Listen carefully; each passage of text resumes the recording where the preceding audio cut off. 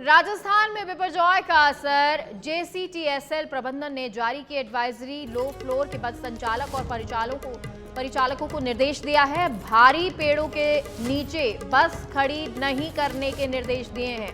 वाहनों के दरवाजे खोलने के बाद ही रवाना हो बस। बड़े होर्डिंग्स और टीन शेड के आसपास बस को ना रोकें।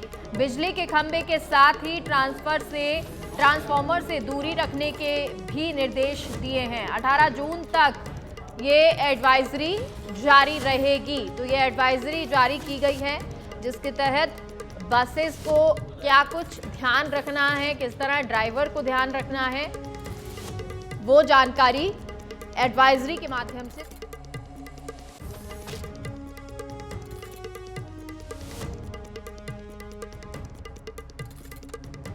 जेसीटीएसएल प्रबंधन ने एडवाइजरी जारी की है। इस एडवाइजरी के तहत लो फ्लोर के बस संचालक और परिचालकों को निर्देश दिया गया है और ये निर्देश भारी पेड़ों के नीचे बस खड़ी नहीं करने के दिए गए हैं। इसके अलावा भी कई निर्देश दिए हैं। वाहनों के दरवाजे खोलने के बाद ही बस रवाना हो, ये भी कहा गया है। इस निर्देश के माध्यम से कहा कि बड़े होर्डिंग और टीन शेड के आसपास बस को ना रोके। बिजली के खंभे के साथ ही ट्रांसफार्मर से दूरी रखने के भी निर्देश दिए हैं। और अरविंद पालावत हमारे साथ खबर पर जुड़ गए हैं। अरविंद, ये एडवाइजरी लो फ्लोर बसेस के लिए जो जारी हुई है उसमें क्या क्या कुछ खास है?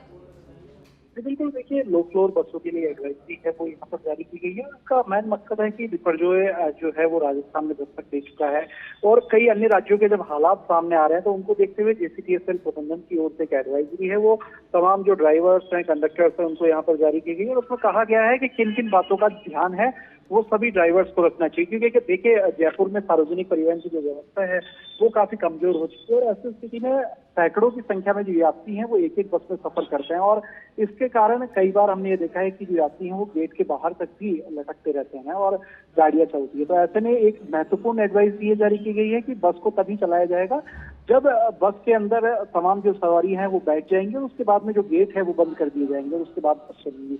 इसके साथ ही ये भी कहा गया है कि कोई भी बड़ा पेड़ हो तो उसके आसपास जो गाड़ी है उसको खड़ा नहीं किया जाए, यानी बस बड़े पेड़ के आसपास खड़ी होगी। साथ ही जो इलेक्ट्रिसिटी के जो पोल्स हैं या ट्रांसफार्मर्स हैं उनके आसपास भी तमाम जो बसें हैं उनको नहीं रखा जाएगा, यानी किसी तरह की यदि, क्योंकि जब कई बार तूफान आता है, बारिश आती है तो ऐसी स्थिति में करंट फैलने का जो खतरा है वो भी बना रहता है। तो तमाम इन चीजों को ध्यान में रखा जाएगा। साथ ही यदि कहीं पर जल भराव होता है, क्योंकि कई बार हमने देखा है कि कई बार जो पुलिया होती है उनके अंडरपास के नीचे, साथ ही जयपुर शहर के कई ऐसे इलाके हैं जहाँ पर जल भराव हो जाता है, तो तमाम उन जगहों पर बसों को नहीं ले जाया जाएगा, यानी या तो रूट डाइवर्जन किया जाएगा या इंतजार किया जाएगा कब पानी जो है वो खत्म होता है और उसके बाद बसों को वहां सुरक्षित निकाला जाएगा। और यदि कोई भी बस दुर्घटनाग्रस्त हो जाती है इस दौरान तो उसकी जो सूचना है वो तत्काल कंट्रोल रूम में दी जाएगी। क्योंकि ये अपने आप में महत्वपूर्ण एडवाइजरी इसलिए क्योंकि जिस तरीके से अलग अलग राज्यों के जो हालात सामने आ रहे हैं उन तमाम राज्यों के हालात को देखते हुए यहाँ पर जेसीटीएसएल प्रबंधन की ओर से समीक्षा की गई और उसके बाद में ये जो एडवाइजरी है वो यहाँ पर जारी की गई है ताकि किसी भी तरह की जान माल का जो नुकसान है